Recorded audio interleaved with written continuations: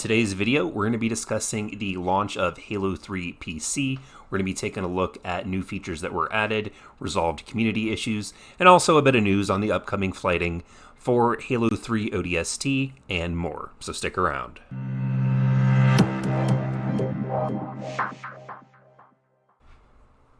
Now, the following information can be found over at the Halo support site and HaloWaypoint.com. The links for both articles will be in the description in case you guys want to go ahead and take a look at this information for yourself. Now, with that being said, let's go ahead and take a look at what it has to say.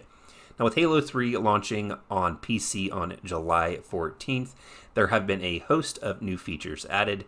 And going into the information, the PC Forge is now available for Halo Reach on Halo 2 Anniversary and on Halo 3.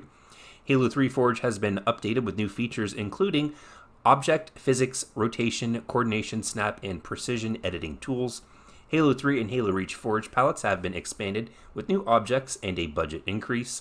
Halo 3 and Halo Reach and Halo 2 Anniversary Forge tools have been updated with the toggle rotation access feature, adding rotation around the world and local axes. Note this is planned to be added to Halo 4 at a later date.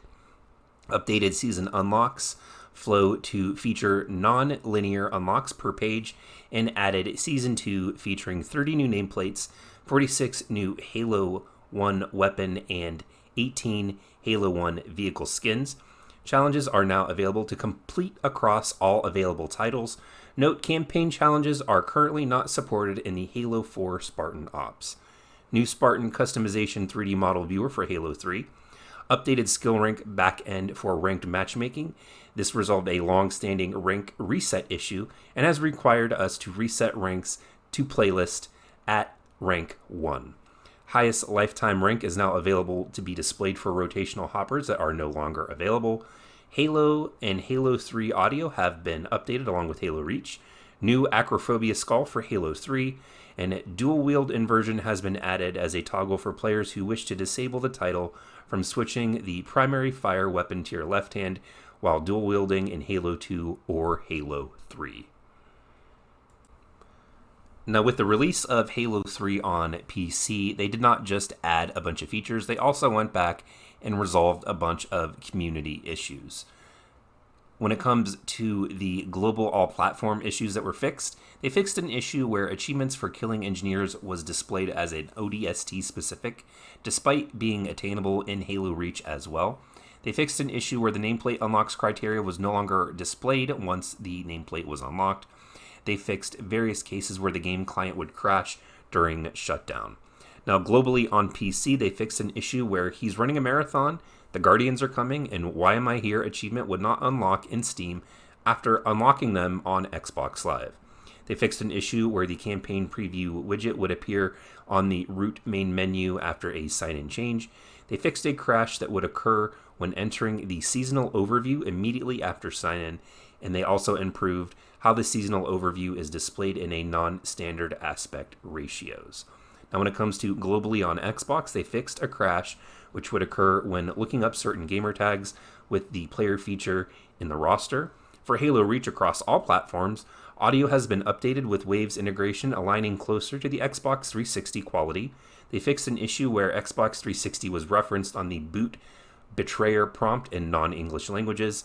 They added localization for map locale names in non-English languages. And they fixed an issue where the wrong key was displayed on the boot betrayer prompt. Now, when it comes to Halo Combat Evolved across all platforms, new customization support for Combat Evolved multiplayer, including visor, vehicle, and weapon skins. New skins can be disabled under the gameplay submenu in settings to locally return Halo 1's appearance to Legacy. They fixed an issue where spamming the plasma pistol's trigger would cause a non-charge up sound to stick. The Rocket Warthog can now be manually reloaded. They fixed an issue where some starting weapons were not respected on Rat Race, and gameplay audio should no longer be heard in the background while the terminal plays in co-op campaign. Now, across all platforms for Halo 2, they resolved a crash that would occur during long playthroughs. Enemy elites now dual wield. They fixed an issue where the energy sword displayed incorrectly when viewing against flood tanks in the Oracle. They rebuilt the light map for the initial classic cinematic on Outskirts to return lighting in shadows to OG Xbox visuals. They adjusted a default gamma option to bring it closer to OG Xbox visuals, but this may result in lighting and brightness looking different than in the past patch.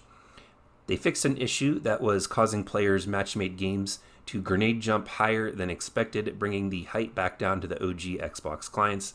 They fixed an issue where Malfunction Skull would display HUD elements incorrectly while dual-wielding. Infinite ammo and grenades now display the infinity symbol in the HUD. They fixed an issue where the controller would sometimes be stuck vibrating after coming out of gameplay.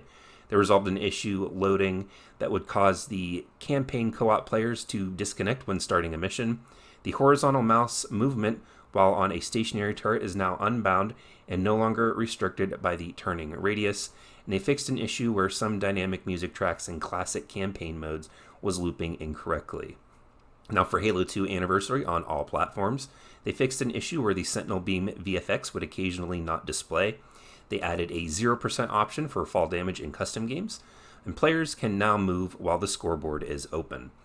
And with Halo 3 across all platforms, the audio has been updated with Waves integration aligning closer to Xbox 360 quality. Several matte paintings have been updated with higher fidelity versions in the campaign cinematics. Customization has been updated to support individual armor pieces and territory colors. Emblems now display on armor in gameplay. Footsteps in the snow no longer appear with black textures. They fixed some incorrectly lit particles when the Scarabur Phantoms were destroyed. Hornet and Brute Chopper turning speeds have been improved much better to match the Xbox 360 version. The added Fuel Rod gun, Sentinel Beam, Carbine, Mauler, and Plasma Rifle as starting weapons to custom games. Fixed an issue where the Prowler was misrepresented as a Mauler in the tools and the destruction on the post-game Carnage report.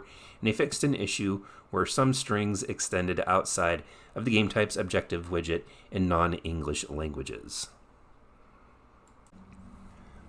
And moving on, we have just a little bit of info here for the Halo 3 ODST flight, so let's go ahead and take a look.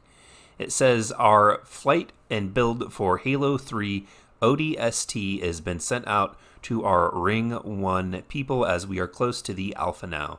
This doesn't mean that we are immediately going to be heading to a public flight, but it does mean that the internal test teams and the Ring 1 people are going to be getting their hands on it and helping us get a better idea of what we need to tackle ahead of our next flight. Stay tuned for the coming weeks for more information, and we'll let you know when you should be able to drop feet first.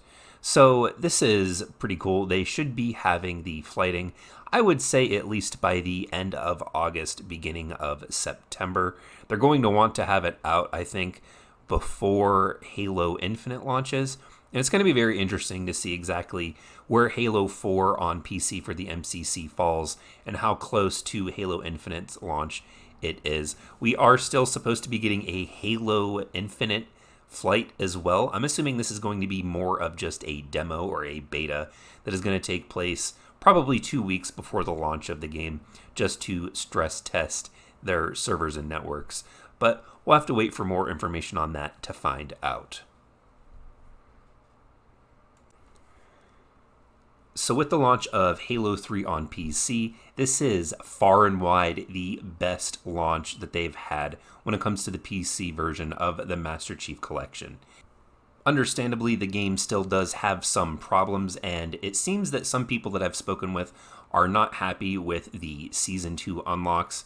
And personally, the Season 2 unlocks don't bother me a whole lot. They're not anything that I am in a hurry to scramble to unlock, just due to the simple fact that I don't play a lot of Halo 1's multiplayer, as I actually find it to be the weakest part of the MCC, but I do know that there are those out there that do enjoy playing it. The new and improved challenge system is a much-needed breath of fresh air for the progression in the MCC, whether you're still working on the Halo Reach-inspired season or the new Halo Combat Evolved season. Now we have more options, and it's easier than ever, and it feels more rewarding to make progression through the new system with everything that's been introduced, and you can look forward to a much more in-depth video of that coming up. But don't forget, in order to be part of the conversation and have your voice heard, hit that subscribe button and leave me a comment in the section down below. If you're new around here, check out some of my previous videos. I upload content weekly. Don't forget to check out the links in the description, as I've got my social media, and of course, support for the channel is there as well, if that's something that you're into. But until next time, everyone, thank you all for joining me here today, and I'll see all of you in the next video.